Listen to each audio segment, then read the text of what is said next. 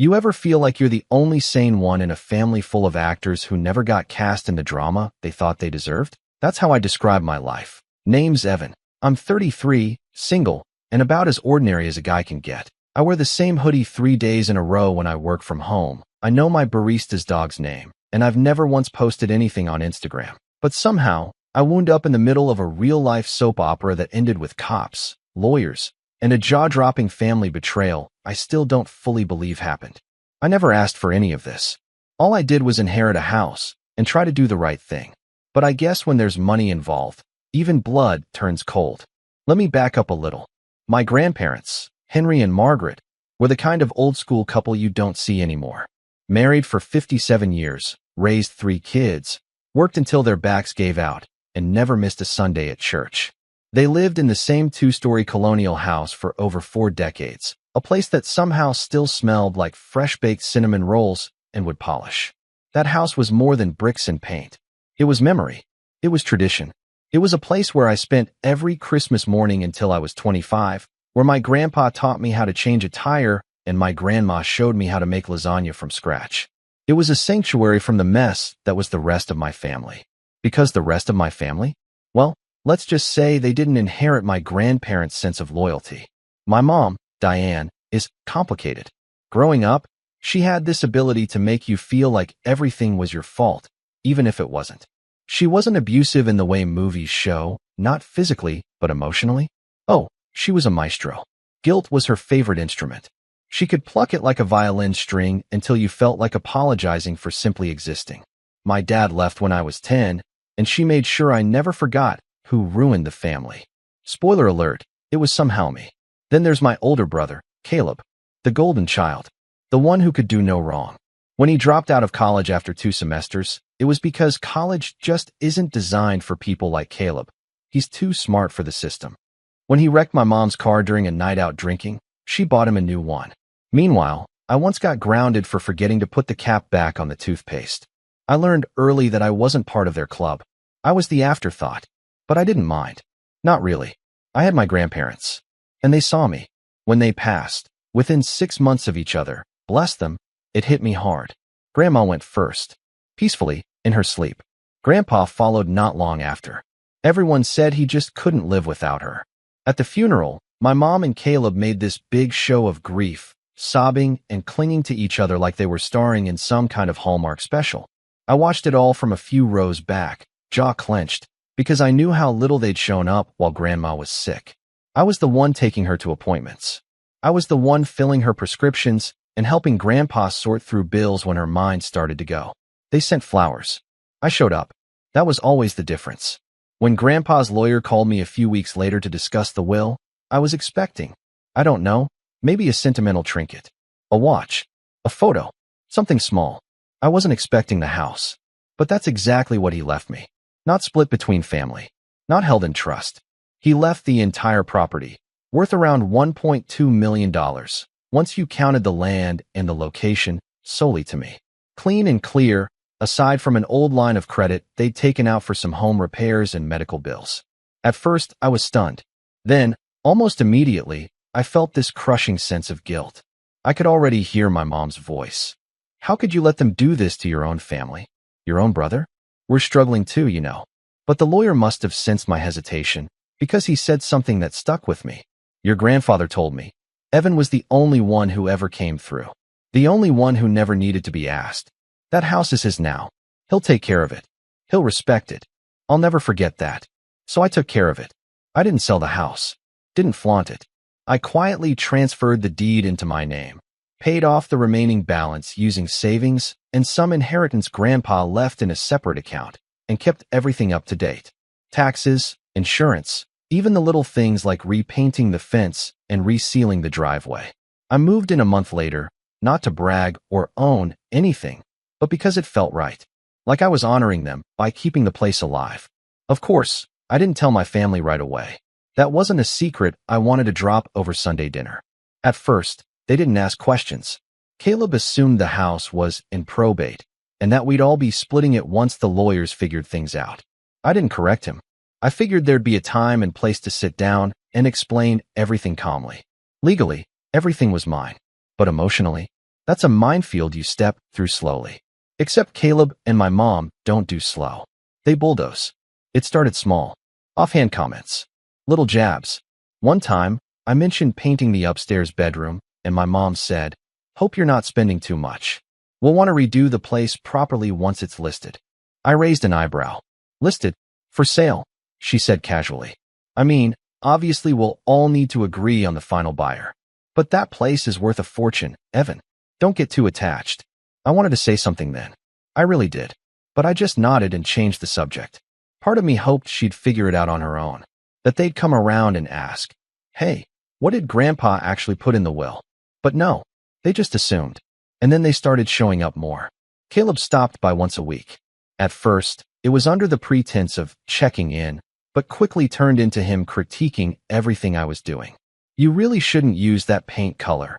It'll tank the resale value," he said once, walking through the hallway like he was a real estate agent on a tour.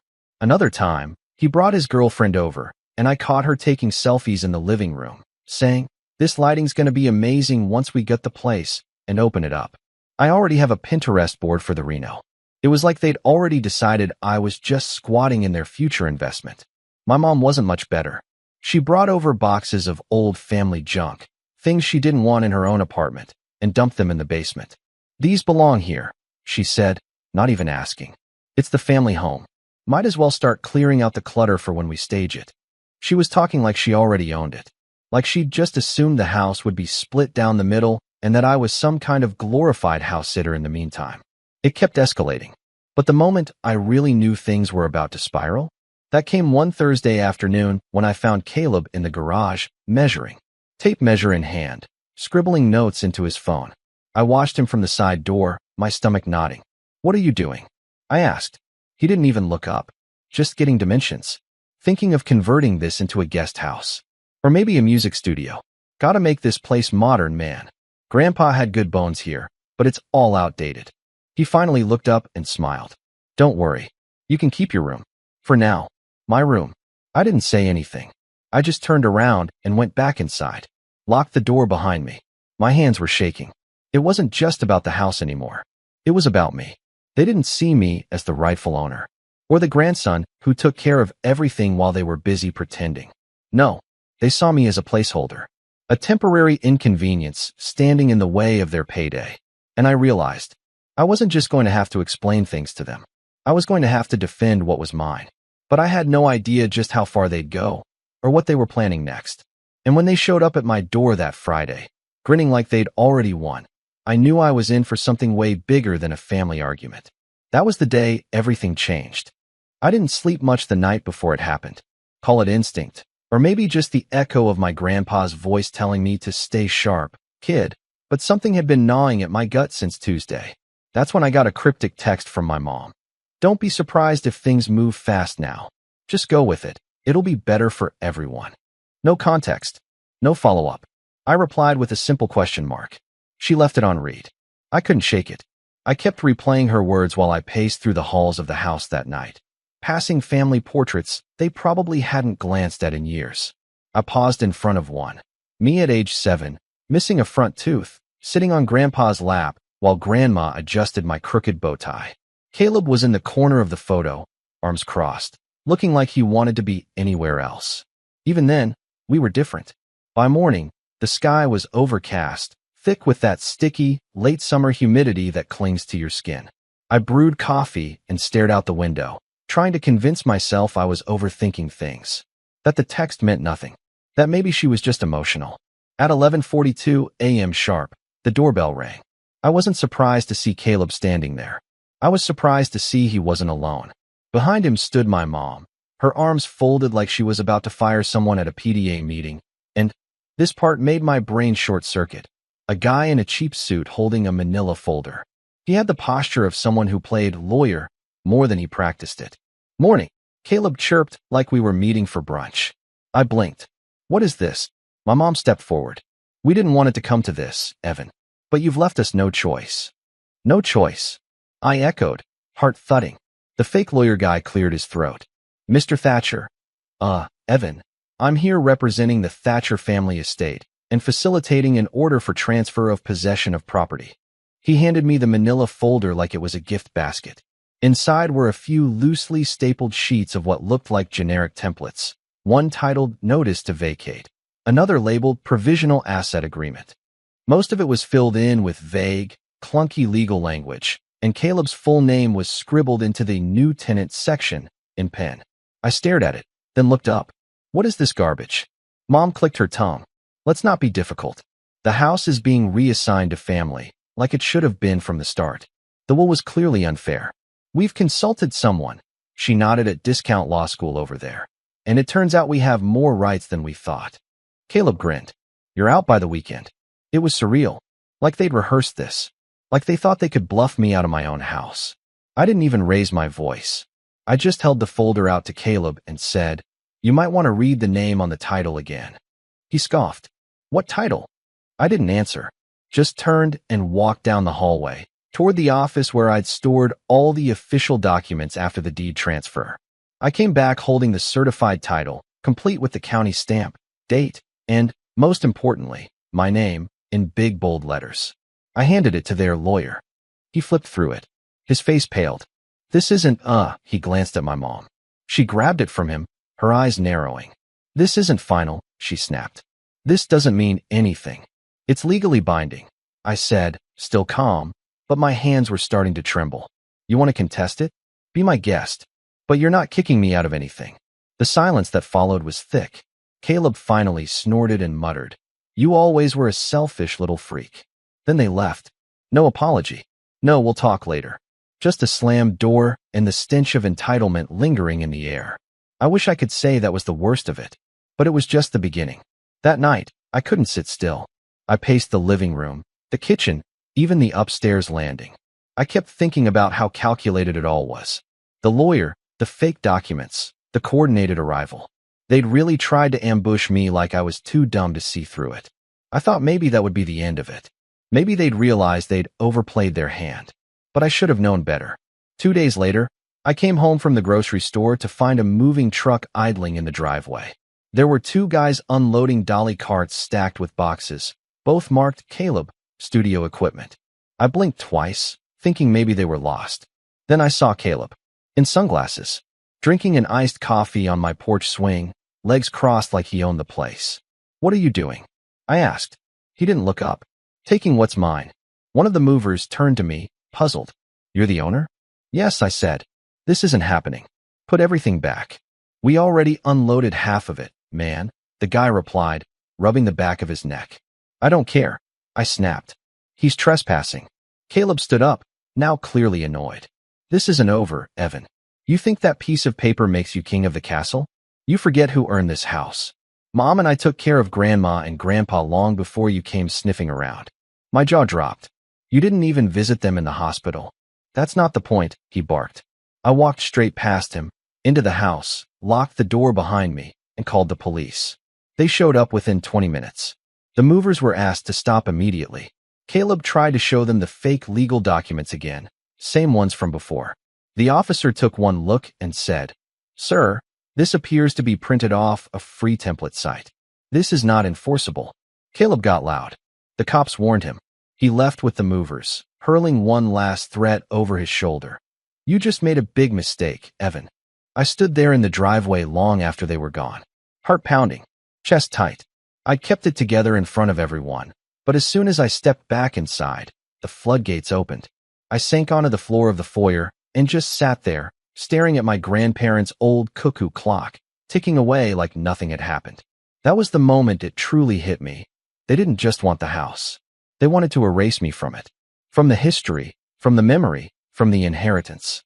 It wasn't enough that they'd ignored Grandpa's will. It wasn't enough that they hadn't lifted a finger during his final months. They wanted to rewrite the story so they could cast themselves as the devoted heirs and paint me as the squatter who got in the way. And the worst part? I saw it in my mom's eyes the last time she looked at me. She believed it. The woman who raised me, who used to cut the crusts off my sandwiches and tuck me in with a kiss on the forehead. Somewhere along the way, she stopped seeing me as her son and started seeing me as a roadblock. It took me a full day to calm down after that. Then I called a real lawyer. His name was Jared Lansing. Tall guy, sharp suit, talked like a surgeon, calm, precise, and a little scary when he needed to be. He reviewed everything. The deed, the will, the attempted eviction, even the moving truck stunt. And he didn't mince words. "You're in the right," he said. "They're bluffing and badly. But if you want to send a message, one that sticks, I suggest we file a preemptive protection order and notify the county recorder's office of potential harassment regarding property rights. It won't stop them from being jerks, but it will give us leverage if they escalate." "Escalate how?" I asked. He looked me dead in the eye. "If they think you're weak, they might try something bigger next time." I took his advice. I signed every form he handed me, filed every motion. He had a contact at the local precinct. Turns out Jared had helped the department on a few land dispute cases, and within 2 days, I had a patrol schedule set up to swing by the property nightly. Just in case. I didn't tell my mom or Caleb about any of it. Let them think I was still the quiet, awkward little brother. Let them assume I'd just crawl away when things got uncomfortable. Because what they didn't know was, I'd had enough. And I wasn't going to let them take one more thing from me. Not the house. Not the memories. Not my peace. I just didn't expect what happened next. Because 4 days later, they came back. And this time, they didn't come alone. They came back on a Friday. I remember because I was eating leftovers from the Thai place on 6th, pad CEW, medium spicy, and watching an old episode of Frasier when I heard tires crunching over the gravel out front. I didn't think much of it at first. Maybe it was the patrol officer doing a drive-by. But when I glanced out the window and saw the truck again, the same damn moving truck from last week, with a new logo slapped on the side, I felt my stomach drop. Only this time, it wasn't just the truck. There were 2 cars behind it. Caleb's gray Mustang, and a silver sedan I didn't recognize. The sedan parked crookedly across my driveway like it owned the space. Out of it stepped my mom, wearing sunglasses even though it was cloudy, and walking like she was heading into a courtroom she knew she'd already won. And next to her, of all people, was Uncle Frank. I hadn't seen Frank in years. He was Grandpa's younger brother, the kind who always had a slick story and a cigar in his jacket. Growing up, I remembered him as the fun uncle. Gave me a Game Boy once and let me watch R-rated movies. But somewhere in my teens, that charm started to curdle. He'd burned bridges all over the family tree. Loan scams, shady business pitches, even tried to sell one of Grandma's antique jewelry boxes at a pawn shop and claimed she told him he could. He vanished after that. Now here he was again, grinning like he'd been invited to Thanksgiving. I didn't open the door. I watched from the window as they all huddled on the front porch. Caleb rang the doorbell twice, then knocked, loud. My phone buzzed with a text. From Mom. "Come outside. Let's make this easy." Easy. There was that word again. Like this was a misunderstanding. Like this was mine to fix. I didn't reply. I called Jared. He picked up on the second ring. "They're back." "Yep. And they brought Uncle Frank." There was a pause. "Call the police." "I'm heading there now." "What if they force their way in? Then we have a trespassing charge." "But don't open that door, Evan." So I didn't. Instead, I stood there, heart thudding in my chest, while my own family stood on the porch like it was theirs. Caleb started talking loud enough for me to hear through the glass. "We're not playing games anymore, Evan. You're squatting in a family asset. That's not just selfish, it's illegal. You're going to lose everything if you keep this up." My mom chimed in. "You don't want to be dragged through court, honey. We'll tell them how you manipulated your grandfather. You think they'll side with you after hearing how you isolated him?" I nearly laughed. Isolated him. I lived in the hospital half those nights while she was off visiting yoga retreats and posting cryptic quotes on Facebook. Frank finally spoke. "Come on, kid. You're smarter than this. You don't want to start a war with your own blood. Walk away with some dignity, and we'll let you keep a slice of the inheritance. Cash. No fuss." It was surreal. Like I was watching a bad play from the worst row in the theater. I wanted to scream. I wanted to run outside and shout, "Are you hearing yourselves?" But I didn't. I stayed put, just like Jared said. The police showed up 12 minutes later. A single cruiser. Officer Rains, a short guy with a calm voice who'd already visited the house once before. He stepped out and raised his hand to the group. "I'm going to need you all to step off the property." My mom immediately flipped the switch. "This is a family matter, officer. We have paperwork. This is our home too."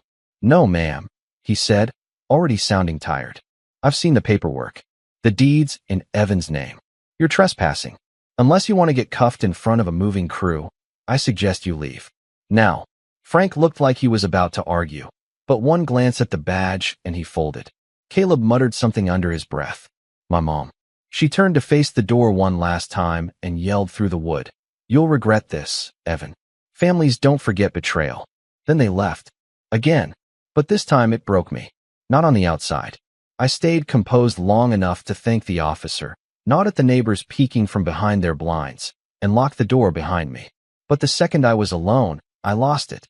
I sank to the kitchen floor, curled against the dishwasher like a child, and cried harder than I had in years. Not just from fear or anger, but from grief. Grief over the family I used to believe in. Over the idea that somewhere deep down, they still cared about me. That maybe, just maybe, if I explained enough, or gave them time, they'd come around. That illusion shattered on my tile floor, somewhere between Caleb's threats and my mother's chilling final words. I didn't leave the house for 2 days. I let the groceries rot in the car. I didn't answer texts. I ignored work emails. I just wandered the halls like a ghost, not eating, not speaking, not sleeping. The house felt too big suddenly, too quiet. Every picture frame on the wall mocked me. This is what they're after, they seemed to whisper. Not you. Just this. I hit rock bottom around 3 a.m. on the third night. I found myself in Grandpa's old study, sitting in his creaky leather chair, thumbing through an old photo album he kept in the bottom drawer. Birthdays, fishing trips, Christmas mornings with wrapping paper everywhere. Caleb was in half the pictures, but he always looked distracted. I was in the others, always looking at Grandma. She had a way of smiling with her whole face. On the inside cover, Grandpa had written in thick marker, "To Evan, may this house always be a home." I cried again, but it wasn't the same kind of crying. It wasn't despair. It was resolve, because I remembered why I was here, why they gave it to me. Not because I was smarter or better, but because I showed up. Because I sat by Grandma's bed when she forgot my name, but still held my hand. Because I held Grandpa's arm as he limped through the garden one last time before the morphine took over. Because I was present. They didn't leave me the house because I deserved it. They left it because I earned it. And that's when the fog began to lift. I stood up. I opened the windows. I showered for the first time in days. I texted Jared, ready to push back. What came next wasn't flashy. It wasn't dramatic or loud. It was steady. I started small, called a locksmith and changed every lock on the property, upgraded the security system, installed cameras, motion lights, and a smart doorbell that sent alerts straight to my phone. I didn't post about it, didn't brag, just took precautions. Next, I got serious about work. I'd been freelancing in digital marketing for years, decent clients, good pay, but I'd been coasting. So I reached out to some old connections, pitched myself like I was applying for a Fortune 500 job, got 2 new contracts in 1 week. One of them was a retainer that nearly doubled my monthly income. Money meant options. Options meant power. I started putting aside a war chest, not for revenge, not yet, but just in case this dragged into court. Jared helped me draft a cease and desist letter, complete with a notarized warning that further harassment would be met with formal litigation. But most importantly, I started living again, not just surviving. I joined a local gym, took cooking classes on Saturdays, reconnected with my college friend Marcus, who'd just moved back to town. He invited me to trivia nights and weekend hikes. I said yes, even when I didn't feel like it. Especially when I didn't feel like it. The house began to change too. Not physically, not yet, but spiritually. I painted the living room a soft gray Grandma would have loved. I started planting herbs in the backyard. Basil, mint, rosemary, little things, but they made the place feel mine. I even adopted a dog. A 3-legged mutt named Tucker who barked like a maniac every time someone came within 5 feet of the property line. He slept at the foot of my bed like a silent guard, snoring loud enough to drown out the ghosts. And slowly, I found peace. Until last Tuesday. That's when Caleb made one final move. A certified envelope arrived at my doorstep. Inside was a formal letter, drafted by a new lawyer, a real one this time, claiming that the will had been influenced under duress and that my monopolization of family assets was both unethical and legally questionable. Attached was a copy of a court summons. They were suing me for everything: the house, the contents, even back rental fees for living in the property they claimed I had denied access to. It was laughable, but also terrifying, because now it was official. They weren't just playing games. They wanted blood. I stared at the papers in disbelief. Then I picked up my phone, dialed Jared, and said only 4 words. It's go time now. I didn't sleep the night I got served. Not because I was afraid. Okay, maybe a little, but because something else had settled over me. Clarity. Cold, hard, crystalline clarity. That kind of laser-sharp mental focus you get when you finally accept that someone has declared war on you and you stop trying to make peace. No more hoping they'd come to their senses. No more giving them the benefit of the doubt. This was it. They were dragging me to court. They were going to stand in front of a judge and say that I manipulated our dying grandfather. That I was keeping them from what was rightfully theirs. That I somehow tricked 2 people who loved me more than anyone else on this planet into giving me everything while my mother and brother, just watched? It was insulting. But also, it was a gift. Because now the gloves could come off. That night, I cleaned off the big oak desk in Grandpa's study. The one with the leather blotter and the drawer that still smelled faintly of pipe tobacco. I turned it into a war table. Spread out every document I had. The original will, the certified deed, the hospital bills I'd paid, the property tax receipts, even screenshots of texts and emails. I pulled up my cloud backups and printed everything that mattered. Then I called Jared. He picked up with a dry, "So you saw it." "I saw it," I said. "Let's tear them apart." He didn't laugh. Jared never laughed. But he said, "Good. That's the right energy." We met the next day at his office. Floor-to-ceiling bookshelves, glass conference table, and a coffee machine that hissed like a steam engine. He looked over everything I brought and nodded slowly. "They don't have a case," he said. "They know it. This is a pressure tactic. They're trying to wear you down." "Won't work," I said. "I know. But we're not just going to defend you," he added, flipping through the binder I brought. "We're going to counter. Hard." I leaned forward. "How?" He opened his laptop. "First, we're going to subpoena Caleb's financial records. He's claiming the house is community property? Fine. Let's see if he's been filing taxes under that assumption. Has he declared it as an asset? Paid insurance on it? Contributed a cent to its upkeep? Doubt it. And if we find any financial misconduct on his end, unreported income, bad debts, we can undermine his credibility as a witness. What about my mom? She's going to be tougher. She'll play the grieving mother card. But we have angles." He pulled up the hospital logs I'd printed, dates and times of Grandma's and Grandpa's final stays. "You were listed as the primary emergency contact.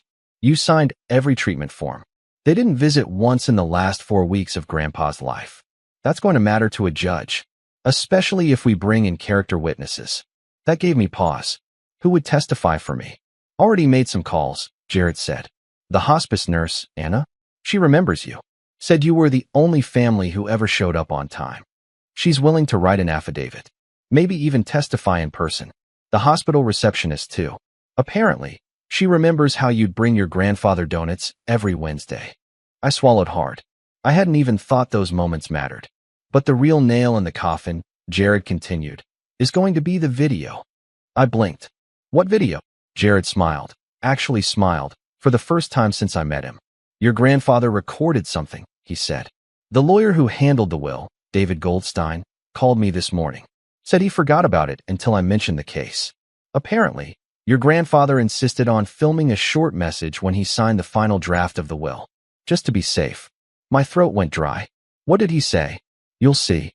We drove to Goldstein's office that afternoon. The place looked like every other estate law firm. Dusty, quiet, lined with oak paneling and muted green carpet that hadn't been fashionable since 1989.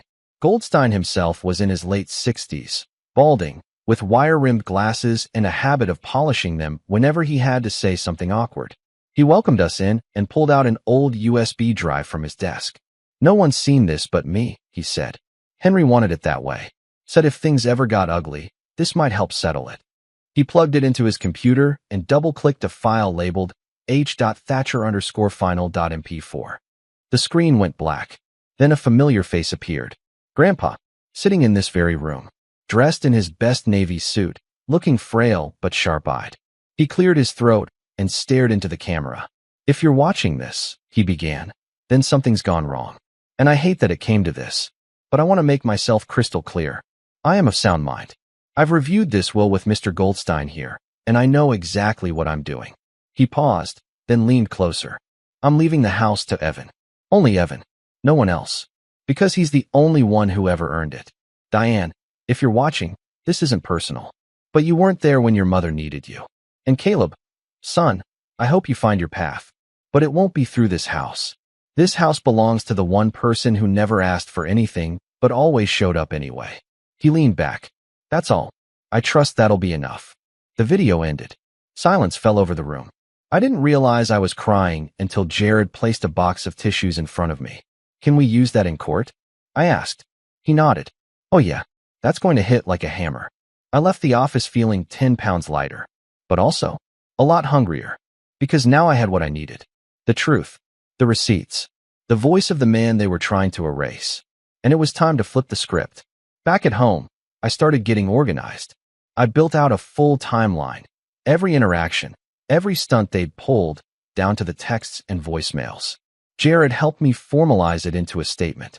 I even flagged moments when I'd been harassed in public, like when Caleb confronted me at a grocery store last month and told me, "You're just squatting in my inheritance." We added that to the file too. I wasn't going to play defense anymore. But I didn't stop there.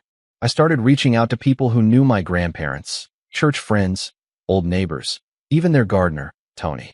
I asked for stories, memories, anything that could add color to the kind of people they were, and what kind of relationship they had with me. The responses flooded in.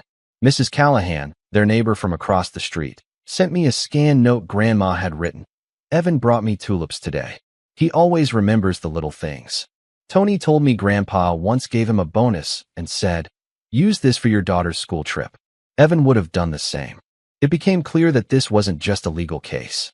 It was a story, my story, and I was going to tell it, in full color, with every receipt, every photo, every signature. Meanwhile, Caleb and Mom kept up the theatrics. I got another letter from their lawyer, some mid-level bulldog from a firm that specialized in family disputes, offering to settle for equal asset distribution if I vacated the property peacefully within 30 days. I wrote back through Jared. My client declines. He is the sole legal owner, and any continued harassment will be used as evidence in a formal countersuit. The tone shifted immediately. 2 days later, I got a voicemail from Mom. No fake lawyer involved this time. Just her voice, brittle, exhausted, and full of venom. "You always think you're so much better than us, Evan. But you're not. You're just a scared little boy hiding behind paperwork. I hope you enjoy your empty house. No one's coming to visit you when you're old and alone." I didn't respond. Instead, I forwarded it to Jared and added it to the binder. Because here's the thing about setups. They take time. They're quiet, deliberate.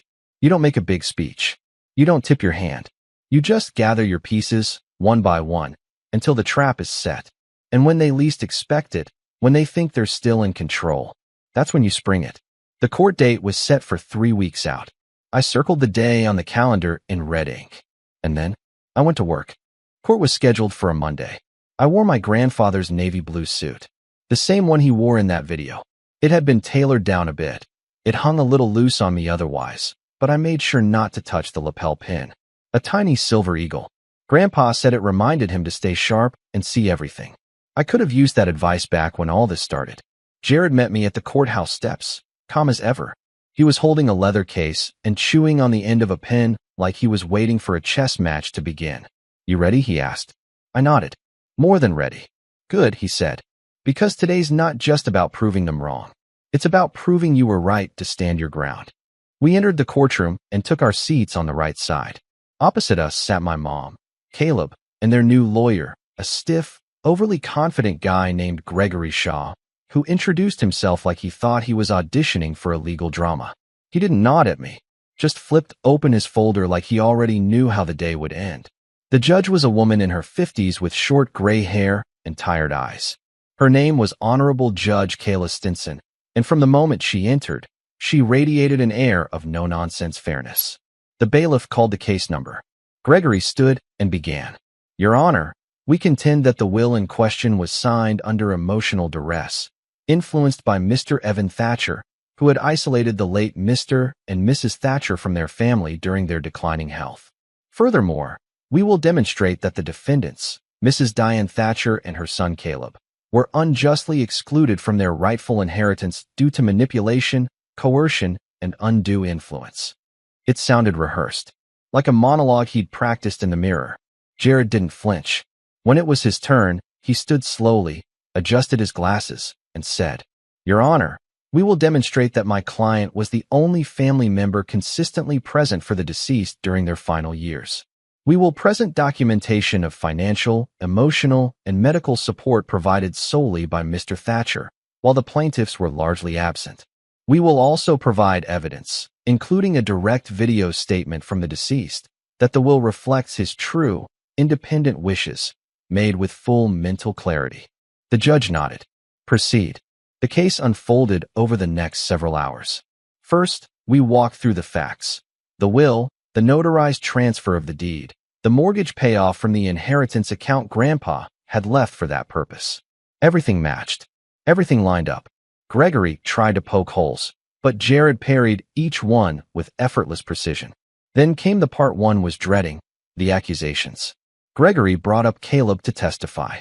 He strutted up to the stand, all fake humility, and painted himself as the devoted grandson who had regrettably not been there in the final months due to work and mental health issues.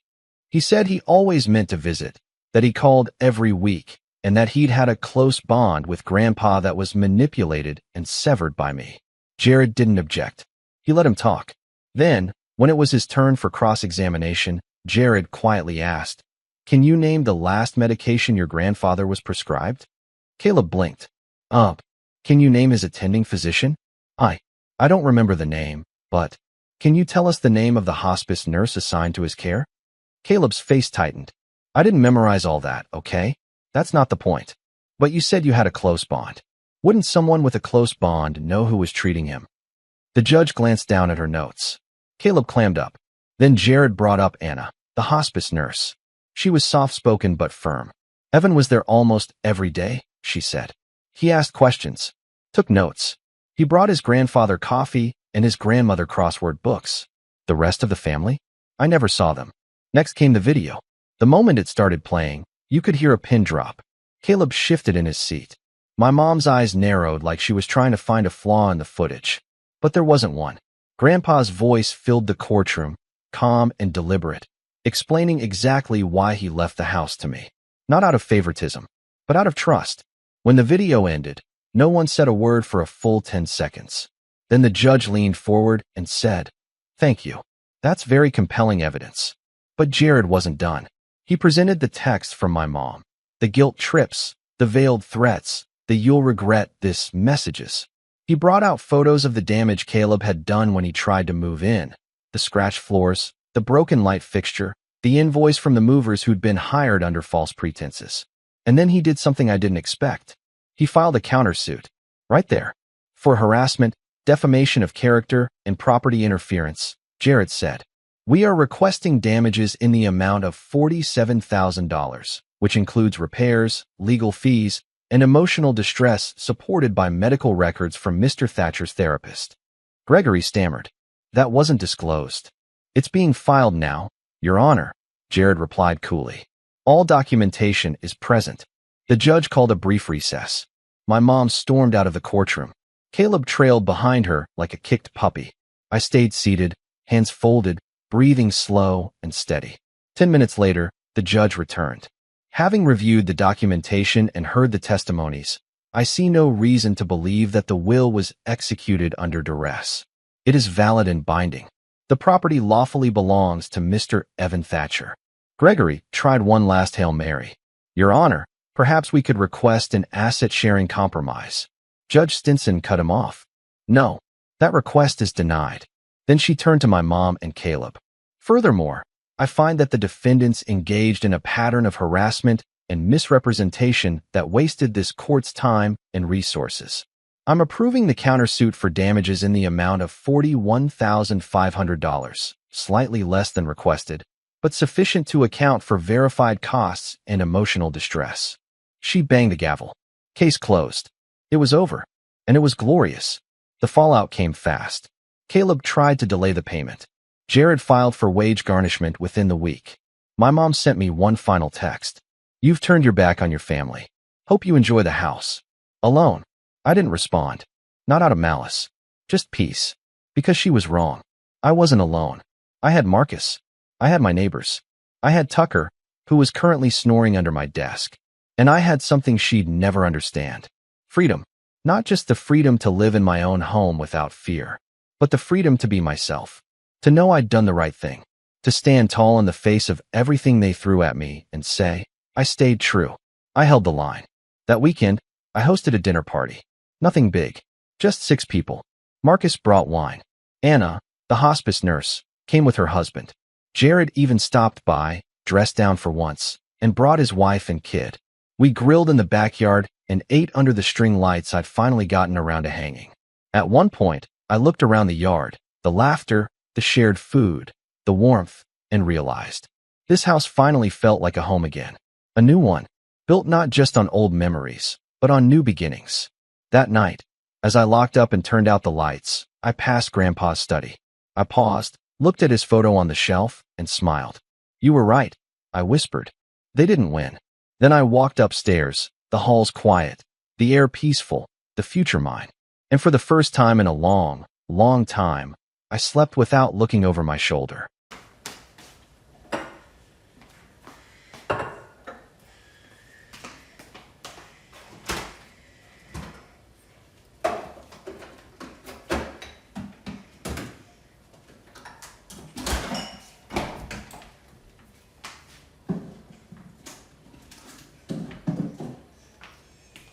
Was that the quickest cooking stream ever? Possibly.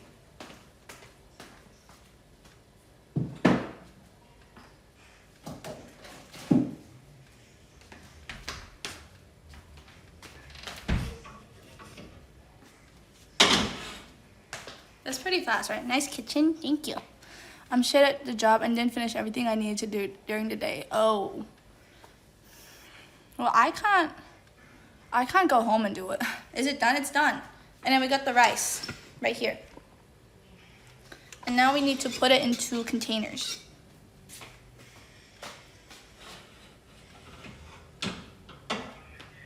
I need to cook the